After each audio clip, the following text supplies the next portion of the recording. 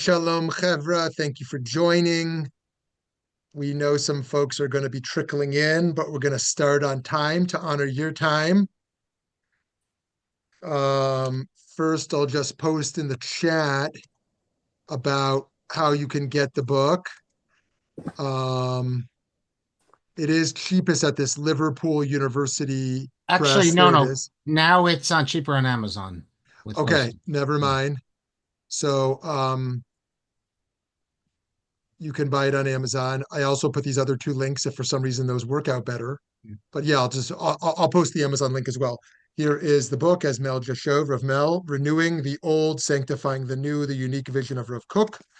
So thank you for joining this. We're going to have about 40 minutes of presentation about the book and contents, and then we'll have a conversation, some questions and conversation. And you can certainly post questions and thoughts in the chat, and or you can unmute yourself at the end.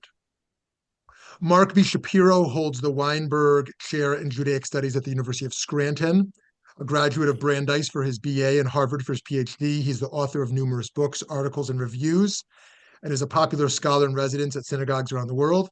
He's written Between the Yeshiva World and Modern Orthodoxy and the Limits of Orthodox Theology, both of which were National Jewish Book Award finalists.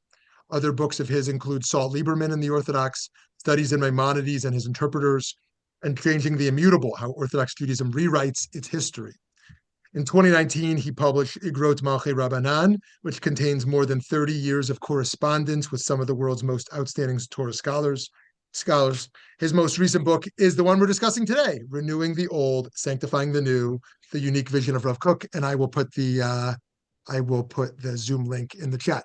So with that, Rabbi Dr. Marc Shapiro, thank you for joining us. Okay, thank you for inviting me. So I'm going to talk like Rev Shmuley says. I'll speak about the book a bit. I guess the first question is, why did I write a book, and what do I have to say? I don't really. I mean, there's a whole school of thought, I guess you'd say, of scholarship now. I think we can call it Rav Kook studies, and we have experts. I mean, one of the experts I see is on with us, Tamar Ross, Betzalel Naor, and in Israel, there's certainly a number of important figures, both in the academic world and in the more of the Merkaz Harav type world. What could I possibly add? Well, um, in reading Rav Kook and studying Rav Kook for 20 years, I picked up on things that, for the most part, I thought did not receive much in the way of scholarly examination. And in particular, in the last 20 years or so, well, really beginning with Shmona Kvatzim, but subsequent years, including most recently as 2018, the last publication of the Metziot Katan, a series of volumes have appeared. And since they're so recent, scholarship really hasn't taken note of them. They will, of course, but in the book I was able to use them in the various chapters. So what I want to do is share with you, just in summary form, what really go through each of the chapters, what I thought was significant. What I don't do in this book is deal with the major themes of Rav Kook, a Jewish history not standing still, humans having a role to play in redemption, centrality of the land of Israel, halacha, and the current situation, the need for leniency in certain areas, the unity of the Jewish people, the famous dialectic of Rav Kook, the irreligious, the religious, all these sorts of things are pretty well known.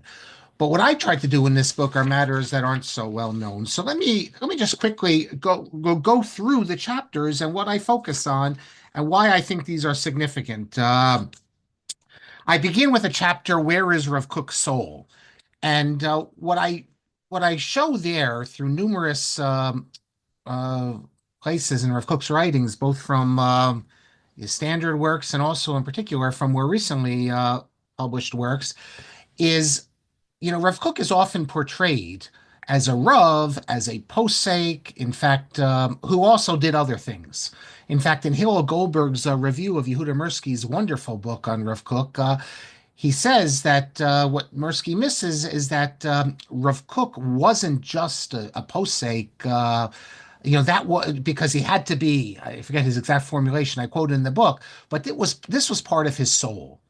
And to this, I argue no. On the contrary, Rav Kook's soul was not there. Rav Kook's soul was in. If he could, he would soar the heavens in mystical connections to God. He says explicitly that his soul is not in these areas. Yes, he can do pilpulim. Yes, he can do halacha. He says he's good at it, but that's not where he wants to be.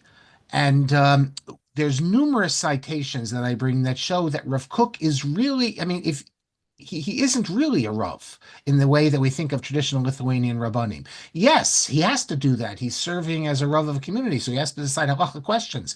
That even might be the majority of his day, but fundamentally, that's not where his heart is. That's not where his soul is.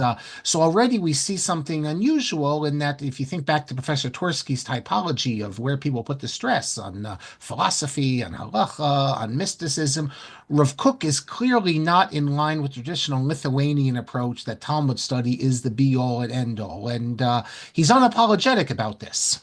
So that's what I deal with in the first chapter. The second chapter I deal with, it's called Is Halacha Always Essential? Because we find a number of passages in Rav Kook where we see that he sees he has trouble with what we could call the pratim or the prate pratim. I mean, take a mystical person like him. He always wants to be connected to God. The idea that you're going to say that you have to pray at this time and do this at that time, that's always been a problem for people of a more mystical bent. So he deals with this, and Rav Kook again is open about how he sometimes speaks in the third person, but he's obviously referring to himself that he can't be constrained. But he has to be constrained because halacha requires constraint. We have to do this at this time, that at that time. But you see that halacha is, I would say, it's a problem, binding people to do things at certain times. And these are also not the sort of ideas that you would expect in traditional rabbinic figures. If you speak, for instance, of Rav Soloveitchik as halachic man, I think we can refer to Rav Kook as a Agadic man, and understanding Agada in its larger sense as being philosophy, mysticism, etc. Now, Rav Kook also he deals with curricular matters, and I do that in the next chapter. That and he makes a number of interesting points. First of all, as you can expect, a Talmud-only curriculum is not where Rav Kook's heart is at. But he goes further than that. He speaks about how certain people are drawn to other areas and we have to open it up for them. He makes an interesting point that there's a real problem with the rabbis who only focus on halacha. Because if you have, for example, a halachic decision, you need to know the various viewpoints. And if you don't know the viewpoints, then your halachic decision will be lacking. He says that we have a situation where you have rabbis who, when it comes to matters of Jewish theology, are what would be called amaratzim. That is, they don't know the sources. So therefore, they always decide, as he says, strictly. That is, they have in their mind what Jewish theology teaches is very narrow, and therefore they're always deciding that this is what's permissible and anything outside of it is not. And that's going to have a negative impact because many young people, he's referring to in particular young people, they're going to be drawn to, let's say, modern science. He doesn't explain exactly what he's referring to, but I think it's obvious. Matters of evolution, science about the beginning of the universe, history, everything that modern Darwinism, no doubt, as well. These people are told that what they're thinking is out of the box. It's not just out of the box, it's out of the fold, it's heretical.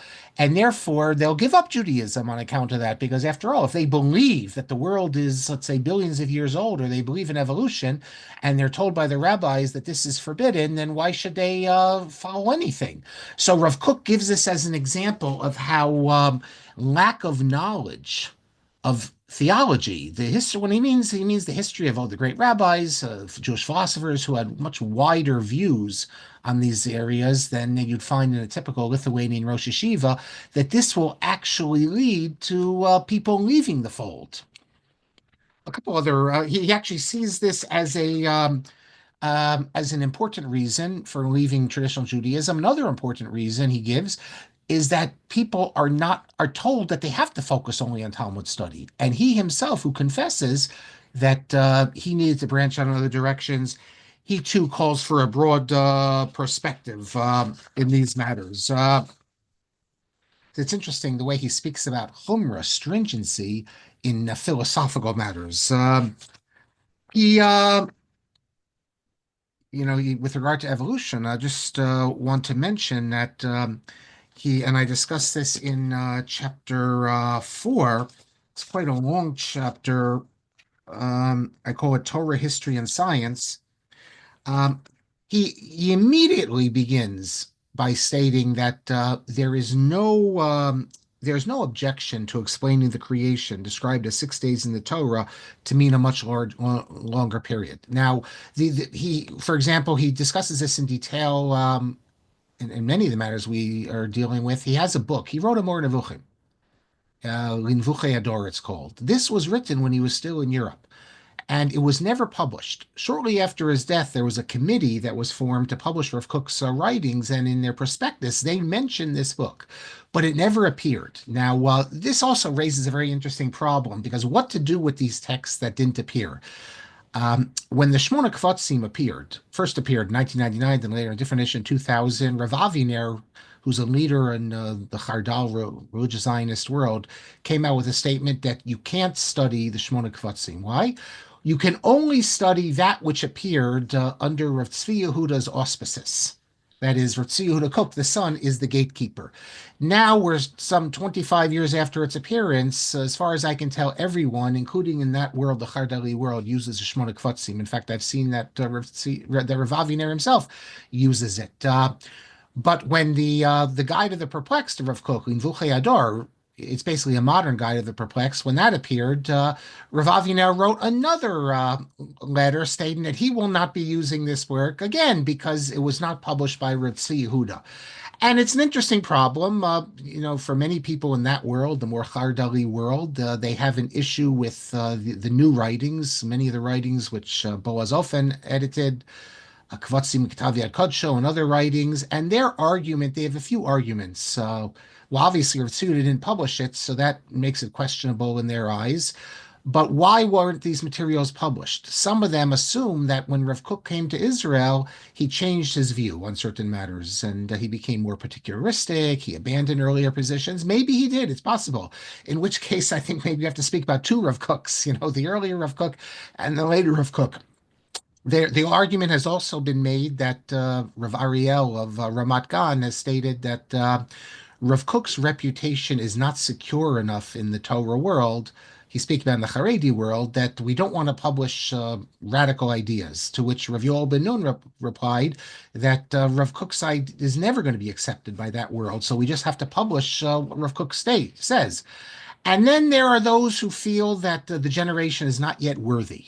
I mean, Rav Tzvi Yehuda Kook and the Nazir themselves censored Rav Kook's writings. And Rav Kook, one time he says that the light, everything is light, or wrote, has to come out. And another time he says, you have to ask my censors, referring to Rav Tzvi Yehuda, the Nazir. So many of the writings I'm referring to are such that in certain circles, they would see them as, I guess, for practical religious purposes, not things that we can cite, because Rav Kook never published it, or so you never published it. But Rav Kook certainly wrote it, and I don't know of any evidence that he didn't publish most of his writings. After he died, Rav Tzvi Yehuda determined which would come out first. I know of no evidence that, for instance, he said that the Linvuchei Ador, should not be published, or that he retracted it. Yes, he had different emphases later in his life, but well, let's leave that aside. So what you find in Linvuchei Ador and other writings of Rav Kook is really a coming to terms with modern science. I wouldn't even call it science. It's early history of the universe, talking about how we don't need to understand the Torah literally. I know Tamar Ross is with us. She's written about this as well. He doesn't actually say when, however, you can stop taking Torah passages literally. He says that the Jewish people, on their own, through their internal sense, he believes that revelation also has passed through Klal Yisrael, that they will come to a conclusion. Now, it's clear that at one point in the Torah, you will need to take it as a literal history. Rav Kook is clear on this, but is it just the Masa Bereshis? Does this go up to Bereshis chapter 11? Everything, Tower of Babel, Noah. It's not really clear. Rav Kook states this already early on in a letter we have to his student Ramosha Zaidel.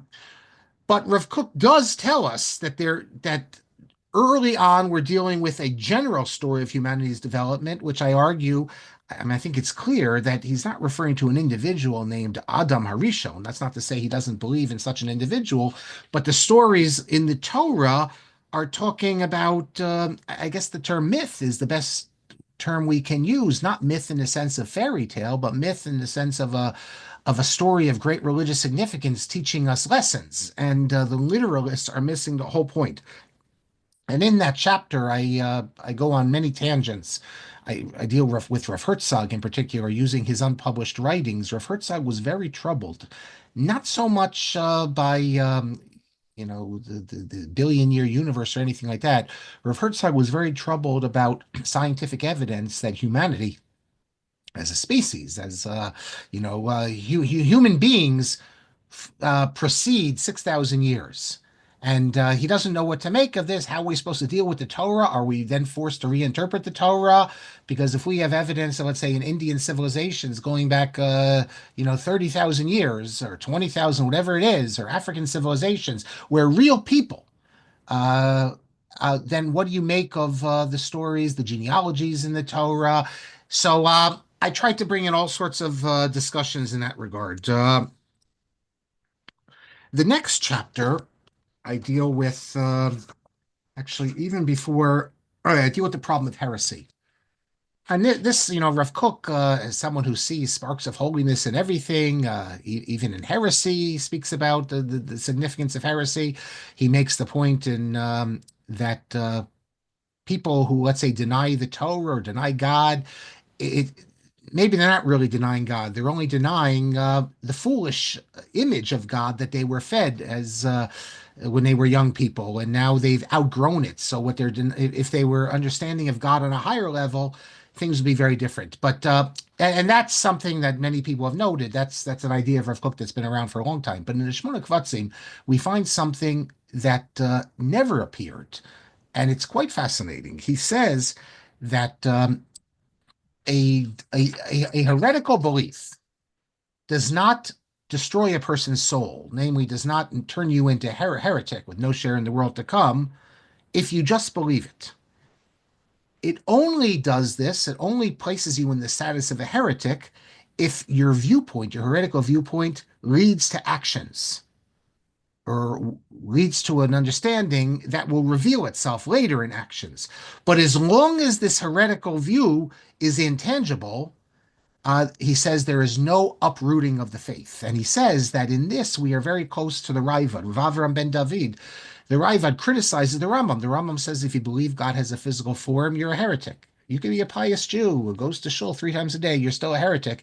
And the Ravad says, why are you calling him a heretic? He doesn't know any better. It's an innocent error. What we see in Rav Kook here is that while not condoning what we could term, I guess, orthopraxy, Rav Kook's position is that an observant Jew who denies basic principles of faith is to be regarded as an erring Jew, not as a heretic. It's a complete rejection of the Maimonidean approach that the religiously observant can be read out of the fold because their beliefs are in violation of certain dogmas, be it the Rambam's or others. And through this statement, he rejects the Rambam's entire conception of principles of faith, whereas denial of principles render you out of the fold. Had Tzvi Yehuda published this text, we might have been spared some of the heresy hunting in the religious Zionist world, or discussions of whether you can drink this religious Jew's wine or not because of heretical beliefs. I find this as a very significant text, not just in a theological sense, but as a halachic sense, because Rav Kook is determining halacha l'maaseh that orthoprax Jews are not to be regarded as heretics. And I've quoted this passage even before this book, and as far as I can tell, it hasn't made much of an impact, which I'm not sure. Um, Perhaps the most striking for many people will be what I discuss in chapter 6, called Natural Morality, the Jewish Masses and Halacha. Anyone who's been to yeshiva knows that there's a certain amount of condescension that you just absorb by being there for the masses. And the traditional view in the yeshivas is that the rabbis have all the answers, and we, including myself among the masses, we have to get everything from the rabbis. So it's a one-way street from the rabbis to us. In fact, there's an expression in yeshiva circles that goes back, I think, even to the Shachar, the Taz, I forget now, that the Das Balabatim, if you want to know what the Das Balabatim is Hefech, the Das of Torah. So if you want to know what the Torah's viewpoint is, ask the average person, and then whatever he says, do the opposite. Well, Rav Kook has a completely different approach. Rav Kook speaks about something called, he terms it natural morality, Musar TV, and he tells us that natural morality is not to be found is to be found among the masses, and you find natural morality in the masses that you do not find among the scholars, and the scholars ignore it to their own detriment. What he's saying is that, and he elaborates on this, that basically, if you want to know if something's muktzah on Shabbos, or if you want to know halacha, the masses have to go to the rabbis. But the rabbis have to go to the masses. The masses preserve a natural morality. Now, where do the masses get this? And he's speaking about the masses. Think of your grandparents, maybe, who were not learned Jews, but they knew what it meant to be what Judaism was. And if the rabbi would tell them to do something in their heart they knew was wrong, they would say the rabbi doesn't know what he's talking about. The problem is, this is how I explain it, that the rabbis are so involved in Talmudic learning with its narrowness, they get involved in pilpulim. There's an expression to be matara to sheretz. To be on a Sanhedrin, you have to be able to make something non-kosher kosher. That is, the rabbis can justify in their own minds all sorts of things that at the end of the day will be unethical. So they need the pious Jewish masses with this inherent religious Jewish morality that can keep them on the straight and narrow so that the rabbis don't come to unethical conclusions just by using their book knowledge. In fact, Rav Kook speaks about how book knowledge can spoil it. He says the natural people, Hanashim Tiviyim, who were not learned, have many advantages over the learned ones because their natural intellect and morality have not been corrupted by the mistakes that come from Talmudic learning. I mean, this is a very subversive thing when you think about it. And I understand, why people would be uncomfortable with it, that the masses, the religious masses, can have something that the rabbis don't have. And there's an element of anti-intellectualism either. It even approaches Rousseau, I think, in some of the ways that Rav Kook valorizes the masses.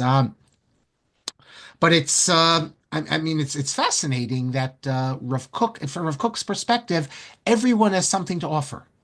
The rabbis have, the religious masses has, and for Rav Kook, there is an element. And where does this natural morality come from? It comes from our conscience, I guess you would say, our internal soul. It's a form of revelation of God's word.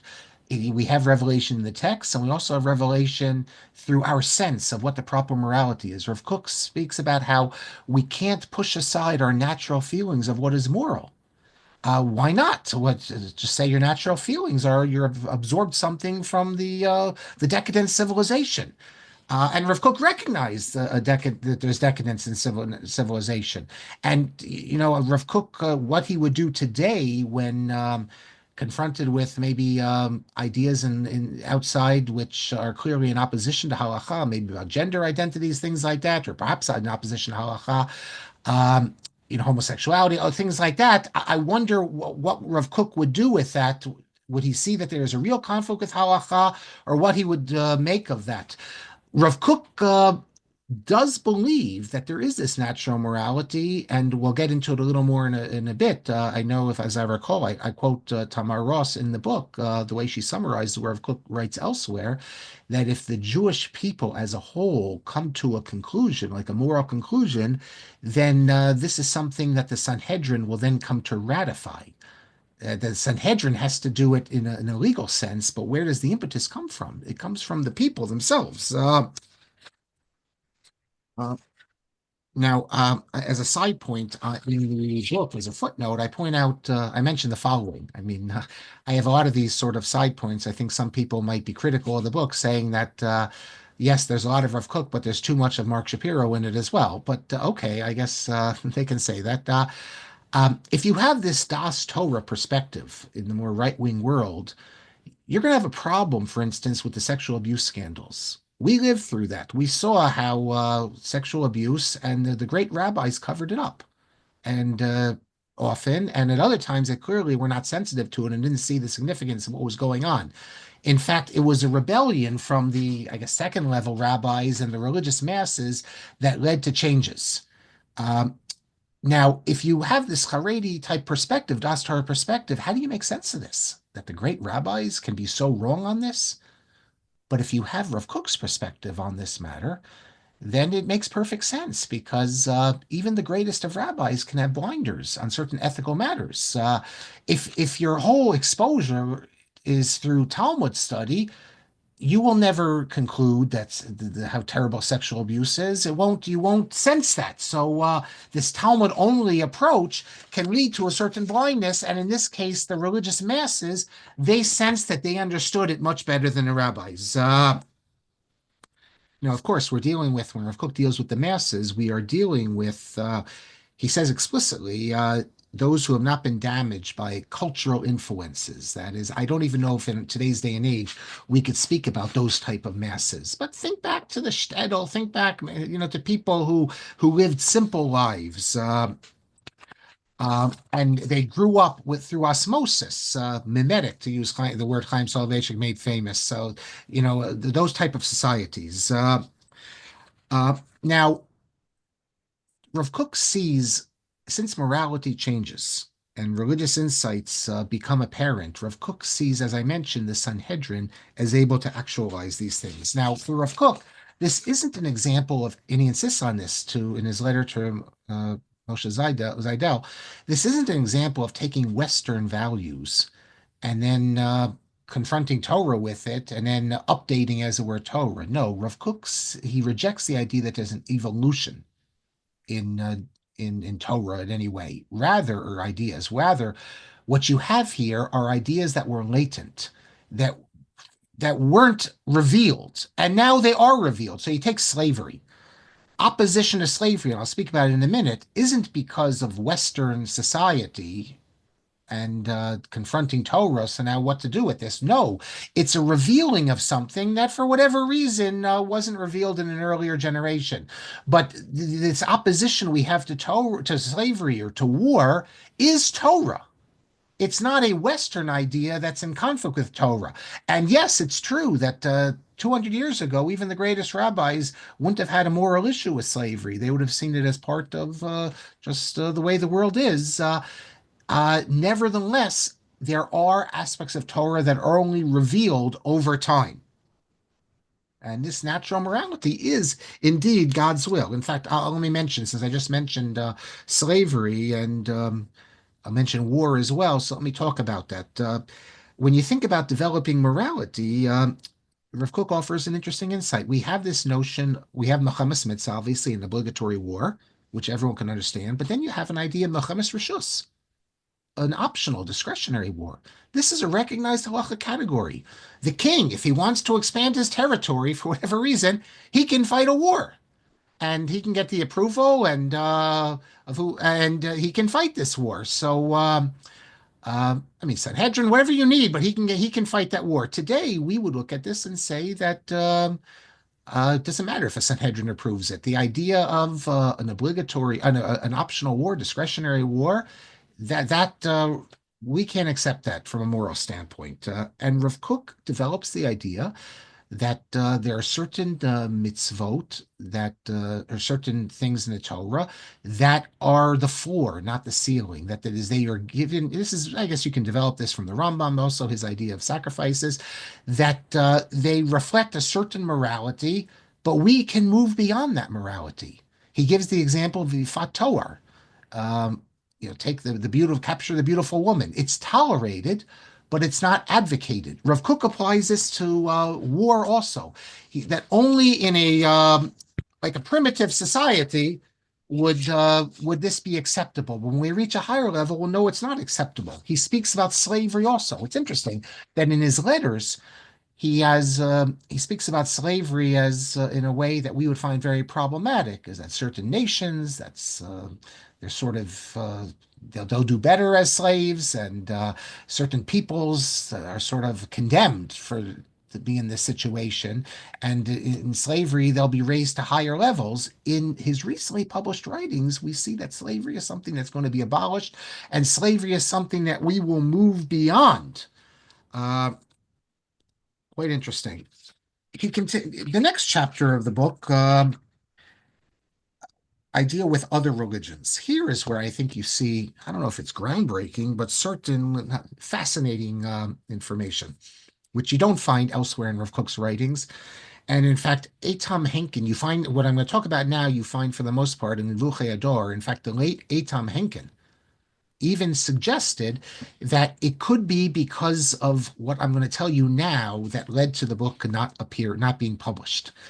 After Linvuchei Ador, Linvuchei Ador is an interesting case because someone was working on it, this man Shachar Rahmani, and it was his doctoral dissertation. In 2010, the book mysteriously appears on the internet, typed up, and somehow someone got into his computer program. As far as I know, it's never exactly been explained, or he had shown someone the document, and then it went around the world. You can only imagine how upset he was because this was supposed to be his blockbuster publication, which did then appear 4 years later. And it has his introduction and his notes, so you need this work. It's not enough just to have the original printing. But Eitam Henkin thought that maybe this is the reason why it didn't appear earlier. I'm skeptical of that because there's a Machon in Jerusalem, Machon of Rav Kook. They published a number of writings with censorship. So they even published Linvuchei Ador, sections of it censored, as I recall. So they could have done that. But if you look in chapter 8 of Linvuchei Ador, he takes up the issue of other religions, in particular Christianity, Islam. And here I don't think there's any question that what he talks about, we have to describe it as radical ideas. Unconventional ideas, by the way, are also found in the newly published Kavatsi Miktav Yad Kodsho, which also, the section I'm dealing with now, was from before his Aliyah in 1904. What he says a number of things, but let me put it this way. This, I think, without even talking about the lesser radical stuff, he recognizes the possibility that not only the possibility, the probability that other religions, non-idolatrous religions, he talks about the religions that broke off from Judaism, namely Christianity, Islam, that the founders of these religions could have been divinely inspired. Ruach HaKodesh.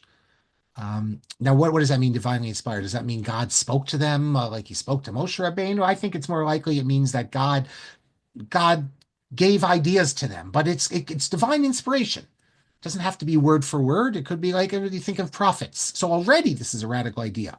That, I mean, the founder of Christianity is the founders of these religions. The founder, of course, of Islam is Muhammad. The founder of Christianity has to be Jesus. It can't be Paul or anything else. He even suggests that these founders who were divinely inspired to better the world, that they might have been able to do miracles. And that's not a problem because what God does with other peoples doesn't affect us. We have a revelation. And it's obvious that for him that the Jewish revelation is the highest and the Jewish religion is the highest. But this does not take away from the fact that God has relationships with other peoples. There have been non-Jewish prophets. And these religions could be divinely inspired. Now, this is very similar to what Jonathan Sacks said in his famous book that he then later had to retract and was banned. He didn't know about Rav Kook because this hadn't yet appeared. But this would have made a really good source for him if he wanted to adopt that position. He says, and then he speaks about, he moves even away just from Judaism and Christianity. He says, most founders of the various religions were men of knowledge and upright of heart, and many, or perhaps all of them, merited Ruach HaKodesh. So here he's speaking about other religions. It seems even wider than Christianity and Islam. I mean, he does speak about the problems of idolatry in this chapter, but he also says that for some people, idolatry is the best we can expect. And idolatry is actually the better state for them than the pre-idolatrous stage because it keeps them, they have some morality. And he speaks about great people in the past. Now, these people were in idolatrous religions, but they were trying to teach the people. So he's opening up the possibility of multiple revelations of divine truth in other religions. I'm not going to say it's entirely unprecedented. We have passages that speak, of about how maybe Paul Yaakov Emden's stuff he says about Christianity and a medieval text that speaks about Islam as perhaps being divinely Muhammad being inspired to work with the Muslims, but it's still quite radical, and I think that's uh, could be open up possibilities for those looking for new approaches to other religions. Now, the other thing I deal with in the chapter, I mentioned already the Sanhedrin, but I focus on halacha also, halacha change in chapter 8, because Rav Kook famously states that in his siddur, that in the future the sacrifices will be vegetarian. Now, one thing I made a mistake in the book, I think, was that I keep referring to vegetable sacrifices. Now, Rav Kook does mention vegetable sacrifices, but he also mentions sacrifices from grains. So I really, if I could take the book back and change it, I'd take out instead of vegetable sacrifices, vegetarian sacrifices, because grains are not technically vegetables. But you get what I'm saying, that he speaks about there about vegetarian sacrifices, not animal sacrifices. On the other hand, however, he speaks about animal sacrifices in a number of other places. We even have a letter of him to Rav Chaim Hershenson where he affirms that there will indeed be animal sacrifices in the third temple. Rav Chaim Hershenson thought there wouldn't be. And a possible explanation, I suggest this in my book, The Limits of Orthodox Theology. Rav Goren actually says this, is that and Rav Goren, who was a vegetarian, unlike Rav Kook, who was not a vegetarian, he actually opposed vegetarianism in the contemporary times, but he did think this was the ultimate ideal. And I don't think he opposed it, even though he speaks about how we have to worry about humans first, not animals. I don't want to say he really opposed it because the Nazir of Jerusalem was a vegetarian, and he was a vegetarian actually before he met Rav Kook. But if Rav Kook's was really so adamant against vegetarianism in the pre-Messianic era, the Nazir would have followed whatever Rav Kook said. Um, so in his standard writings, the ones we have until, let's say, 20 years ago, the standard ones, you would have to conclude at most that Rav Kook is speaking about an ultimate future of no animal sacrifices, or that perhaps this was a fleeting sentiment. Because he affirms, as the rabbinic tradition states, that there will be a carbonos in the future, etc. However, with the new writings, we see that Rav Kook really, there's no question of his viewpoint that there will be a time when sacrifices will completely be vegetarian.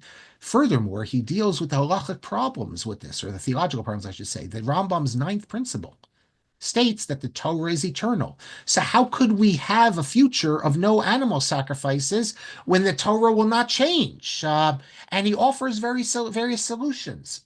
Either the animals will be at a much higher level. So when you speak about, let's say, you shech the sheep, the sheep is not what, animals and humans will be friends. The animals will be at a much higher level. So it's not the animal that the Torah speaks about.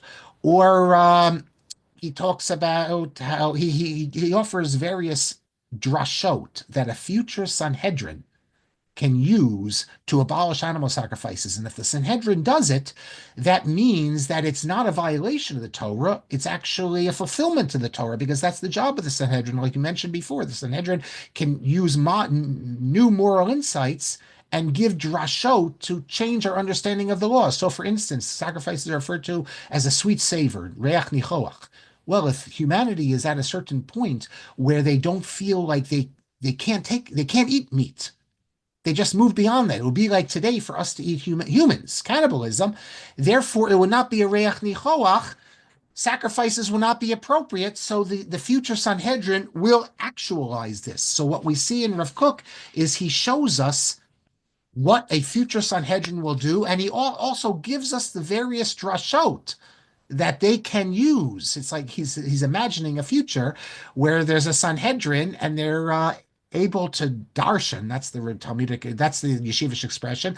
They're able to come up with drashot to change our understanding of Jewish law. Rav Kook is open about this. This is no secret teaching. He tells you that the Sanhedrin can change Jewish law. He says we are not going to be bound in the future to the laws of the Talmud. Um,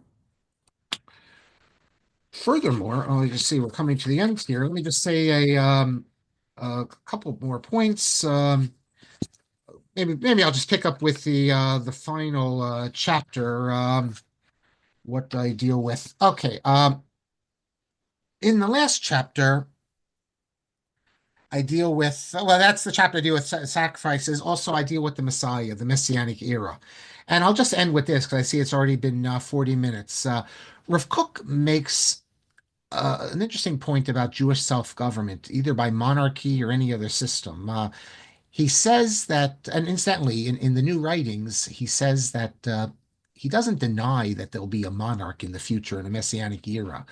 I mean, you could imagine him maybe saying that when the prophets and the earliest sages speak about a Messiah king, it's because that's the only form of government they know, and that's their form of government. But that's not crucial. Um, it's not crucial to the Messianic era. He doesn't actually say that. What he says, though, is that he imagines a future, a Messianic king like a figurehead king. Think of like the King of England or something like that. But he expresses satisfaction that the Jews as a people are not engaged in politics. Remember, the Beis HaMikdash is destroyed. Jews are no longer masters of their own destiny. It obviously is a tragedy, but on the other hand, there's something positive in it because Jews were not suited at that time to rule. They had abandoned the high levels that they were at, and um, so God removing them from this situation where they no longer rule is actually a positive thing. He puts it as follows. I mean, there's this contradiction, but for Rav Kook, you always have the joining of the opposites. We left world politics by force of circumstance. That is, we didn't decide to, they decided for us. But nevertheless, this contained an inner volition. That is, internally, this was something we understood was the proper thing. Until a fortunate time will come, will it be possible to conduct the nation without wickedness or barbarism. In other words, we were removed from rule because we were not yet at the proper level that we were suitable to have our own nation, our own country, I should say, and rule. However, we look forward to the time when we will be able to rule. And Rav Kook in this passage is confident that the time he's hoping for is not far off, whereas he says Jews will be able to rule themselves, their own commonwealth, quote, on principles of good, wisdom, rectitude, and clear divine enlightenment. Then you have to ask yourself, how would Rav Kook have responded to the creation of a secular Jewish state that didn't measure up to his standard of what Jewish self-rule should look like? I think we need to at least raise the question that rather than expressing unambiguous joy, I mean, generally you're told in religious Zionist circles that this is the culmination for Rav Kook. Um, a state, and he does speak about a state. He even his followers see it as prophetic because he terms it Medinat Yisrael. How did Rav Kook know to term it Medinat Yisrael? In 1948, you can read the discussions of it. They weren't sure what to name the state. Some people wanted to name it Judea, which was the name of the last Jewish Commonwealth. And Rav Kook actually refers to it as Medinat Yisrael. But one wonders whether there would have been complete, unambiguous joy, or if Cook and so many others would have seen it as something complicated. That because are we really in 1948? Were they really able to assume this role that he sees as the heights of morality? When Rav Kook was writing this, the idea that there'd be a state in 20 years or so, or 30 years, who would have imagined that? It could have been that the British could rule it for another 100 years. So it's always hard to know on these matters. But Rav Kook states that we're not ready now, but we will be ready in the future. But could you really say that in 1948 we were at that level that where we could rule a country without the self-interest and the barbarism and the idealism that is necessary? So it's just something interesting to raise, which I include at the end. And I mentioned that even Tzvi Kook, who's so identified with religious Zionism, in 1947, when the Balfour Declaration was proclaimed, Rav Tzvi Yehuda, you'd expect him to be outside rejoicing with everyone else. He actually cried. He cried because he said, fine, we're going to have a state, that's great, but what about Yerushalayim? What about Chevron? So you see that for people like Rav Kook or Tzvi Yehuda, you can combine. Joy can be combined with sadness. They don't have to be against one another, and that's what makes them such a complicated and interesting figure. I see I've already gone 42 minutes, I think, or 43 minutes. So I've touched a lot of issues. I hope I made it clear, at least, what I thought is of significance to me in the book and the new some of the new ideas. I'm more than honored that listening to us now, as I can see, are Alan Brill, who's really the expert in areas of Judaism and other religions. So I think Rav Kook's comments on other religions will be of great interest to him, and also Tamar Ross, who I quote her numerous times in the book. And in terms of expositors of Rav Kook's teachings, Tamar Ross is up there as one of the most outstanding teachers of Rav Kook in the last couple of generations, and I benefited greatly from her writings.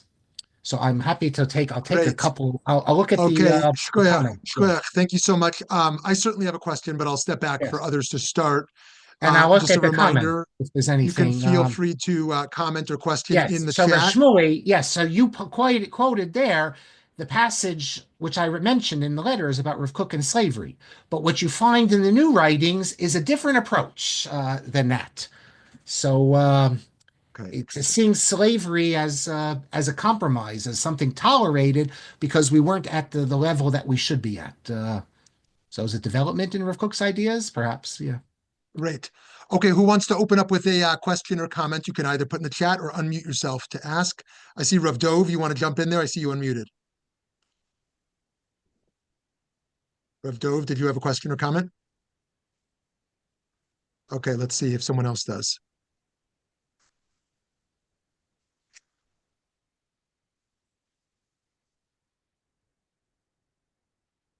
Okay, Rabbi Brill, you want to jump in? Sure, why not? Hi, Mark. Thank you for the Right. lecture. So I'm going to ask you a general question or two.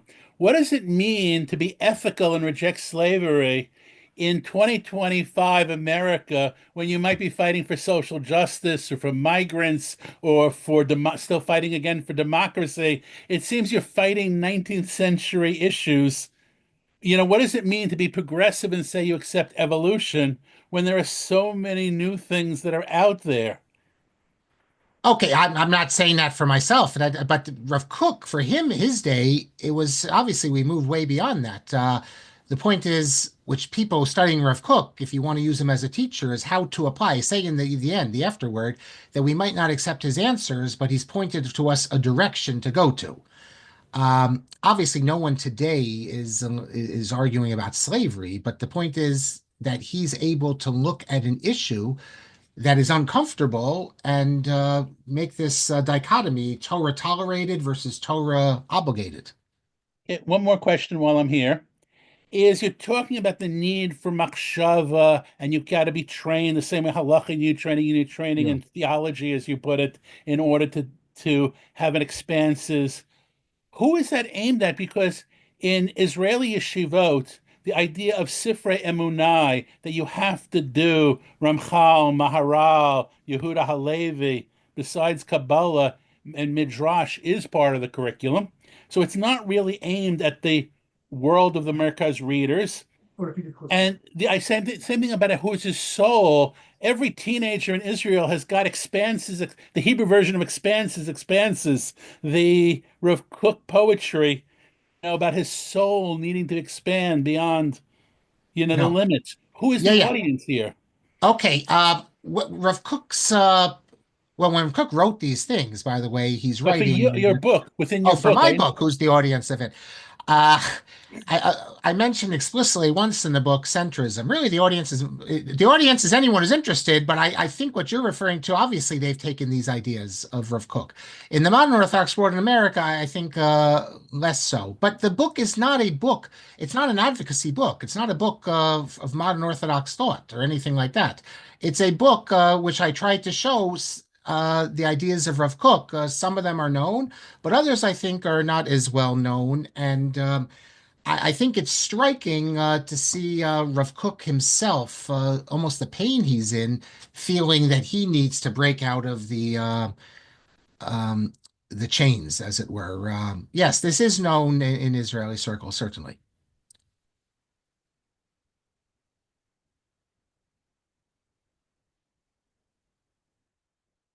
One wonders, though, by the way, I think it's precisely getting back to Alan's point. It's actually not his yeshiva. His yeshiva never developed the way he wanted it to. It's other yeshivot that have these broad curriculums. His yeshiva is quite close-minded, and they're responsible for censoring all of these writings. Great, Rav Mel, you want to jump in there? Still on mute there.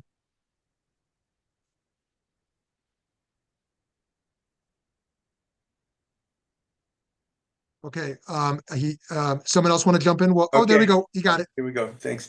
Yeah, I was at Merkaz Arav. I was in Israel during the Six-Day War, so I was there with the Renaissance, with Reb Tzvi Yehuda and all the people who are going out to the Shtachim. But the yeshiva was very different, as you're saying. Then it didn't really embody Rev Avram Yitzchak Cohen Cook's teaching in that sense. So on the one hand, in America, Rav Kook is very popular in the non-Orthodox world because of his mysticism, his unity. But there's also some critiques in certain areas, let's say his attitude toward women. He wasn't able to go beyond his contemporary situation. He was very progressive, but limited based on where people are at today, you know.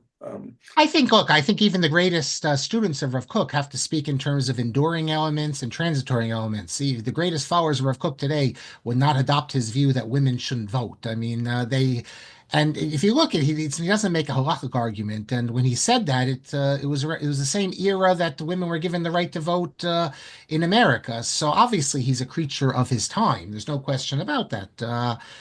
And you can read. People like Rav Ariel and others who take up these issues, and we're dealing with the right, the Merkaz Harav world, obviously not in the more liberal Zionist world, and they recognize this as well, that not everything in Rav Kook is for them eternally valid. So I have a question on chapter 9 on korbanot and vegetarianism Yeah. and the impossibility of reach nichoach. And there's many things to say here about what you wrote about, but a very specific question, but that people are on a lower level now, animals will be on a higher level, latid lavo. But my specific question is, what is his moral or mystic concern with animals? Is it pain? Is it death? Is it our midot? Is it godliness in the creature? I didn't get a sense from the chapter as to what his actual concern is with animals, what it's rooted in. It's a good question. It goes back also to the dispute between the Rambam and the Ramban. Are we concerned, the mother, killing an animal and it's young? Are we concerned with the feelings of the animal, or is it only our concern? Uh, my sense is that taking of any life, we didn't do this originally in the garden, so taking of any life is a destruction of, it's a lessening of the world.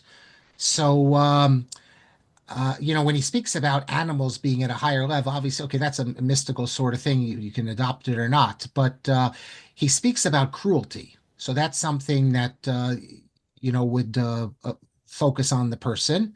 But he also speaks about the larger idea that, there shouldn't be that they're not violent. So, I mean, I don't think it's only a question of humanity that although he does speak about humanity, I think it's the thing, we're trying to revert to the way things were. He sees animals as being raised to a higher level, which means that they're not just the playthings of man to do with it as he wishes. So he has various options. I think it's both. He also leaves a possibility that there will be sacrifices, but the animals who will be at a higher level will commit suicide. That is, they willingly will offer themselves, I should say, not suicide, they willingly will offer themselves as a way of sacrificing for God. So he leaves various options, but he definitely acknowledges this is a real possibility, and He says that Is he concerned with pain though? I mean, lessening of life, violence. Does he have a moral concern for pain or not? Is that not so he apparent? doesn't mention pain, and traditionally Shlita is not supposed to have pain. At least that's what that's what the assumption is. But it's there's pain in the larger sense of taking a life, and one day will be. But it's the idea that one day will be at the level where humans physically are going to be repulsed by any taking of life. That's Great. what All he right. Who says. else has a question or thought they want to jump in? By the way, I'll Feel just free say to. something. Yeah. The Nazir was a vegetarian. Right. And the Nazir states in his writings, which have appeared, private writings, he says he doesn't go the direction of Rav Kook as stating that dealing with the Sanhedrin, because he's not thinking, I guess, halachically. He says that his hope is there won't be sacrifices, but if there is, then we will have to overcome our feelings and we'll have to consume the Pesach sacrifice or whatever, the obligatory sacrifice. But he too expresses the hope that this will not be the case. Yes. Great. Friends, feel free to unmute yourself if you want to jump in with a question or thought. Yeah, I just want to say that what I like most about your book is that I think you captured the spirit, the neshama of Rav Kook right from the start, saying that that he wasn't a student of Gemara in the sense that that would touch his soul. There was something beyond that, the Yeah. spiritual, the poetic, the philosophy, and that's very gratifying to yeshiva students who also felt that same way. I mean, when I was in yeshiva, I had a Musar book next to me. When I came back from Eretz Yisrael, I had Rav Dessler in my dorm room. All the people would gather to study Musar together. Whereas you don't have that model in straight Orthodoxy most of the time. Yeah, well, in Israeli, some you do, but in America, certainly the yeshiva circles, we don't. And that's Rav Kook. He speaks about the need to provide outlets for people. I mean, he says about himself that he says, I'm good at halacha. I can do the writing, but that's not where I'm special at. Right, right. He understood that he had something to offer, and that and this answers the question, right? At the beginning, I say that he said that I have to say everything that's on my mind. I can't, be silent. And I say that Rav Soloveitchik would have said that, Rav Herzog, Rav Weinberg. So why was Rav Kook so insistent that all of his ideas have to get out? And I think he viewed himself as a prophetic figure, that he has to, like a prophet is forbidden to not speak his word. So too, Rav Kook understood that he had the message that for his era, and that the rabbis had failed to a large extent. I do want to mention one more thing, since Rav Shmuley, about the sacrifice. I think you'll appreciate this. In Rav Kook's letter to Rav Chaim Hershenson, he says, Rav Chaim Hershenson, who thought that we're never going to go back to a time with animal sacrifices because we move beyond that. And Rav Kook does affirm that we will go back, but Rav Kook says, today we can't understand what sacrifices are. If you look at it from our perspective, of course, we can never do sacrifices. We've moved beyond that. He says, but our mental conception will be such that it'll be something completely different. I think this is interesting because often you have rabbis, and I don't know if they mean it really, or if they're honest with their congregants, or they feel they have to, around Tisha B'Av, they'll say things like, we need to feel what we're missing, that we don't have the sacrifices, the karbonos. We need to understand what a lack it is that we don't have the karbonos, that we can't do the karbonos. And I'm sure the audience, people there are thinking like, well, wait a second, I don't feel like I'm missing anything without karbonos. And from Rav Kook's perspective, what these rabbis say is completely incorrect. That by definition, it's impossible for anyone in the pre-Messianic era to feel a need for sacrifices. That's the whole point, that it's only going to be in the future that we'll have a completely new mindset, then it'll relate to us. But now in the pre-Messianic times, we can't relate to it. So it's like these rabbis are trying to create this thing that Rav Kook says it's impossible. And I link in the book to a video. You can see it on YouTube by Rav Shmuel Nadel. Shmuel Nadel is a Haredi Rav, Rav in Bnei Brak, not an internationally known figure. His father was Rav Gedalia Nadel, a big student of the Chazon Ish. And Rav Shmuel Nadel, you have to watch him if you know Hebrew, because he says anyone today who talks about renewing sacrifices or has these desires, he says he's a Meshuggah. He says the same thing Rav Kook says, that he's a Meshugana, that because today these are so foreign from us. And I think that that's a way that Jewish vegetarians can look at these and this whole idea. Great. Who else wants to jump in? We have time for one, maybe one or two more. Just to say thank you for this incredible work. It makes things that were otherwise totally inaccessible to me accessible and thought provoking. And I've waited for this book and grateful that you've given it to us. So thank you. Okay, thank you. Yeah, and my interpretations will be, so people will dispute what I say, and but even if you dispute the interpretations, there are a lot of translations of passages from Rav Kook, especially from some of the newer writings. So at least that, if you're going to dispute it, you're disputing with the master himself, not with me.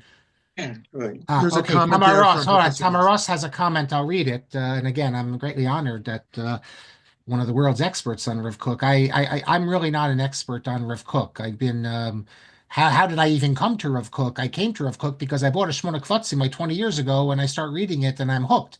But my areas of interest, for the most part, have been in other rabbis, not in Rav Kook's school. So anything I was able to accomplish in this book is due to people like Tamar and Yehuda Mirsky, Betzal Nor, Moshe Tzuriel, who I had a very, I wouldn't say close because we never met in person, but we spoke on the phone and we emailed constantly. Anytime I didn't understand a passage in Rav Kook, I turned to Ramosha Tsuriel. I hope maybe one day to publish some of the emails he gave me.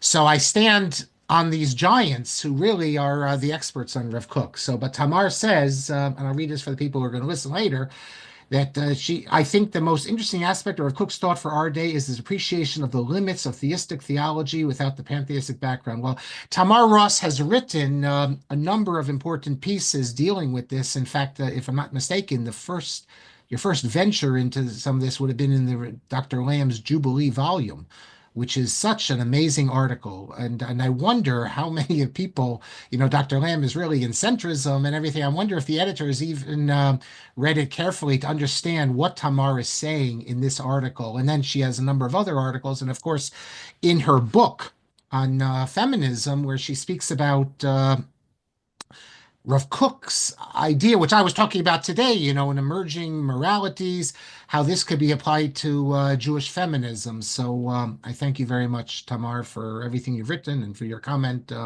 here. Incidentally, Alon Goshen Gottstein also is coming out with something, or he's come out with it already he came out with it, I should say, I did, on Rav Kook and other religions. So he had access to the new writings.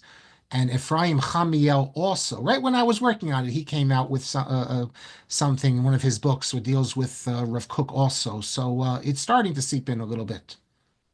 Professor Shapiro, if you don't mind going a little deeper with Professor Ross's comment, because I'm just trying to understand it. Why in our day is this appreciation so important? Like, what's happening in scholarship today that we would want to appreciate this pantheistic background? Without the pantheistic background. Well, I think she should elaborate on but I mean, um, what she mentions in her articles is the idea of recognizing, well, is she going to write? Is she on? Tamar, can you please come on and explain yourself? I hate. Let's assume she can't unmute. She's welcome to, but assuming she can't, Because, I mean, I don't feel comfortable summarizing for which she has in her articles. Tell you the most important ones for this. She actually has, she has an article, Science and Secularization in the Service of Faith, Rav Kook's Theory of Truth. And, truth as having, I'm reluctant to give my summary of it because I'm afraid I'm not going to do it properly. Also, an article I used here, she has an article early on, 96, about Rav Kook's espousal of toleration, and also in the Lamb volume. That's, I think, the first one, the cognitive value of religious truth statements. That is, when a religion makes a statement, what we normally think of as truth or as fact. Is this truth with a capital T, or is this truth, I guess you would say, with a small t, that in what it does for us? That is, it's like Gandhi would speak about all religions are true. He's not speaking about true in any absolute sense, but he's speaking about if a religion leads you to lead a better life and help people, then that's a true religion. And a false religion would be a religion that does the opposite. So that's in this article, she speaks about the cognitive value and what Rav Kook means when he speaks about truth. And her other article I refer to as The Elite and the Masses in the Prism of Rav Kook and Nature of Religious Belief. The sources she cites are multiplied now by what appears in his more recent writings. Here's okay.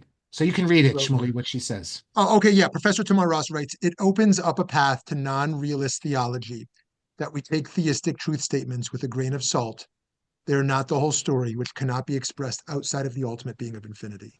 Which is what I was trying, that was the point I was trying to make, that truth and fact do not necessarily have to coincide. Wow. Okay, great. Well, thank you for giving us this time to explore this book with you. We're greatly appreciative. And we will share this recording with some others. And thank you all who joined us today.